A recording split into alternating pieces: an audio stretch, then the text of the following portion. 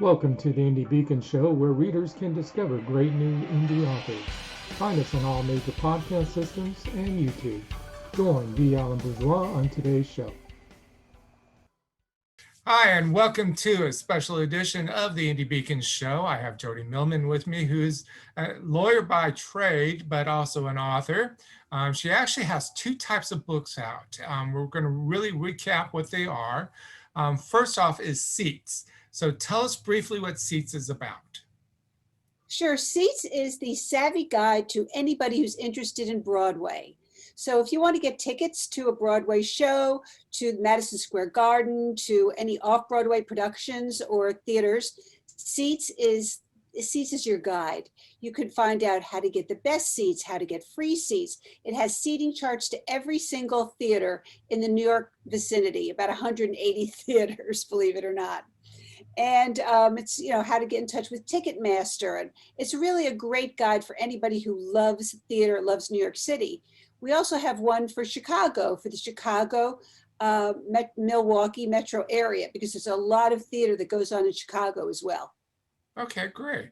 And then your other one is a thriller, which goes back to your knowledge of crime, being a lawyer Yes. and stuff, and hearing all these different tales and stuff. So tell us a little bit about that.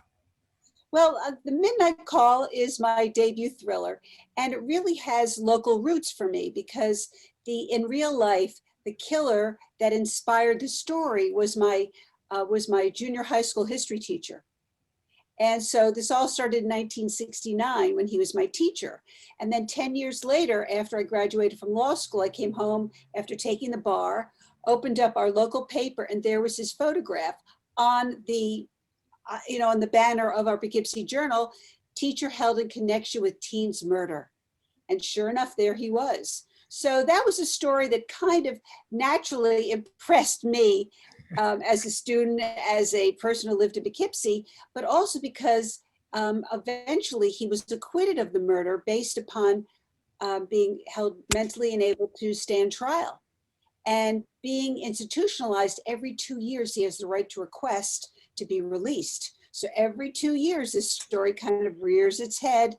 And so that was the inspiration for The Midnight Call. And I'm also, I'm creating what's called the Queen City Crime Series.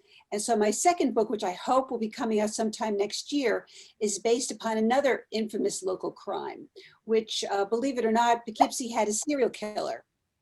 And the serial killer's name was Kendall Francois. So this is based upon his story and about 8 women who disappeared in the Hudson Valley from 1993 to about 1998. So you're hoping for a spring release or a little later? I'm negotiating with publishers now, so we'll see. That's up to them, not up to me. Yeah, publishers can take their sweet time.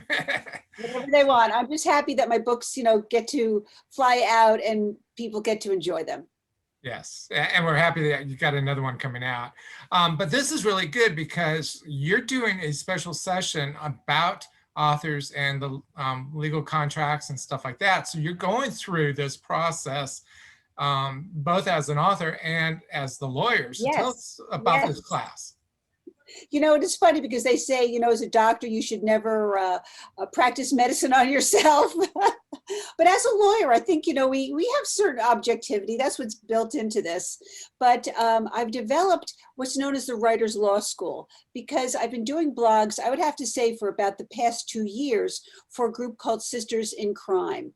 And they have a newsletter. So I've been writing a column over the past 2 years. And every quarter I'll do something, whether it's copyrights or right of privacy or the new case copyright legislation that came out. So I've devised a very short course. It's about an hour called the Writer's Law School, Protecting Your Legal Rights. So we'll talk about copyrights, trademarks, patents, the key points in negotiating an author's contract and publishing contracts, fair use and public domain. We'll hit the real bullet points, which I think are things that writers need to know. And of course, I'll explain it in plain English. So hopefully everyone will enjoy it and like it and learn. Yes, the layman's language, we need that. Yeah, yeah. Legalese can be overwhelming at times. It's just Yes, it amazing. can. Well, that's why the Black's Law Dictionary is probably about 5 or 6 inches wide. Lawyers need to look up words too, you know. So this is going to be done at this Sisters in Crime event. Tell us a little bit about that event. I understand it's That's a virtual, but webinar. Yeah, that's going to be a webinar July 27th, and you can register pretty soon by going to sistersincrime.org. And also, Alan, you and I are going to be working together on this project too. And so it'll be presented at the Authors Marketing event that you're going to be holding coming up in latter July, correct? correct, July 23rd through the 25th. I appreciate that. So can you give us a little bit more, kind of like a bullet line of, again, the topics you're going to cover and maybe a little bit more about each one without giving too much away, because we want them to come in and listen to you. Well, one of the key things that writers need to know is that they should copyright their works. And copyright is a protection that it's a protection indicating that you own the book. So not only do you own the book, you own the derivative rights in the book. You own it if it becomes a play, a movie, a podcast. There's a whole umbrella of rights that are included within a copyright. Now, it's very easy to go ahead and protect those rights by signing on to copyright.gov. And there's a procedure for you to register your copyright. Now, people say, well, you know, can't I just put the work in an envelope and mail it to myself? And that's called the poor man's copyright. And that really doesn't mean anything, because you really, in order to go to court to protect against anybody who infringes or illegally uses your copyright or your work, you have to have that certificate saying that you're the owner. So above all, the most primary thing that a writer can do for themselves is copyright it. And that's that little C with a circle. We call that the copyright bug. So that's one thing, that's the first thing we'll talk about that. We'll go into that as opposed to what is a patent, which is usually related to inventions. What is a trademark? A trademark is usually related to goods that are in commerce, you know, like Coca-Cola or Dove soap. And the third one is a service mark, which is like Live from New York, it's Saturday night. That's a service mark. That's a brand name or a logo that's associated with a certain good or entertainment that's out in the general public. So we'll talk about those things a little bit more. And then I get asked questions all the time about what are the key elements of that a writer should be aware of when they're negotiating a publishing agreement. And that's whether it's with a big publisher or whether it's with an indie publisher. And of course, it's things like, what is your royalty?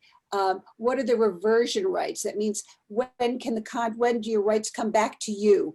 What are the obligations that a writer has to fulfill under a publishing agreement? What are the rights that a publisher has to fulfill under the agreement? What other things other than your book are you signing away when you sign a publishing contract? You've got audiobook, e-rights. Again, you've got motion picture, you've got merchandising. There are all these things that we're going to talk a little bit more about in the webinar. And we're also going to talk a little bit about fair use. What is fair use? When can you use other people's words without having to get their permission? And when can they use yours? And also, what is a public domain? When can you just go ahead and quote a Bob Dylan song without having to contact Dylan to get his permission?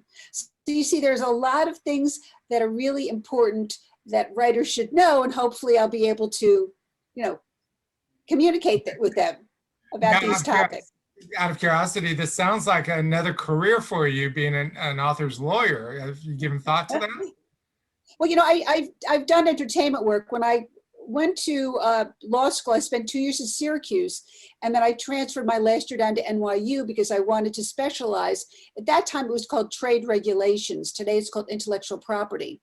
So I was a Kamenstein scholar, and I was one of the students who helped compile a compendium of the 1978 copyright statute. So I've been doing this for years and years and years. And in the Hudson Valley, I was one of the few entertainment attorneys. So I negotiated, you know, publishing contracts, music contracts. And this is something, then when I went on to get my master's in English literature, I combined my love of the law with my love of writing. So I have a degree in my master's in English literature with a minor in law and literature. I've taught law school, I've taught undergraduate. So this is something that teaching is not anything that's new to me, and I love it. I really enjoy it. Well, it definitely shows in your enthusiasm and stuff, so I appreciate I don't like writing papers though, I can tell you that. That's no fun. I don't think there's a teacher that really enjoys that. Yeah. You know, but that's what you do when you're a writer, right? You're grading your own papers when you're editing your manuscripts. I do that enough. Do you take email requests from people for work or anything? No, I'm really not practicing. I mean, what I'll do is if someone has a question and I know them, I'll kind of give them a general answer. But I always tell people one of the greatest resources is the Authors Guild, because if you're a member of the Guild, they've got a whole team of lawyers that are there to answer questions for you for free. They'll review a contract for you for free. And also there's a group called Volunteer Lawyers for the Arts. And again, I think they're in most major cities, and you just call them and they assign a lawyer who will handle whatever case you have, you know, from the beginning to the end. So there are a lot of free legal services that are out there. And my goal is really to be a clearinghouse to provide basic information and then to set people on their path. Because I like to write. I mean, writing is really what I do now, and I'm kind of committed to that. I spent, you know, 30 years, 35 years, you know, in the courtroom. I'm ready to sit behind the desk, you know. I'm having too much fun doing that. Great. Well, I thank you very much for the information and for the classes that you're going to be doing. We look forward to seeing you at our event, but then also at the Sisters in Crimes. And you've got your new book coming out, hopefully within a year. Just being Hopefully. Publisher. Hopefully. Well, thank you very much, and we wish you the best of luck.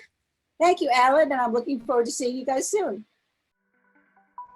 Thank you for watching or listening to the Indie Beacon Show, produced by Beyond Bourgeois for the Authors Marketing International LLC. Copyright 2021. Voiceover by Beyond Bourgeois. If you would like to be a sponsor of the show, please email us at authorsmarketing@outlook.com. If you would like to be on the show, please complete the form found on our website at indiebeacon.com.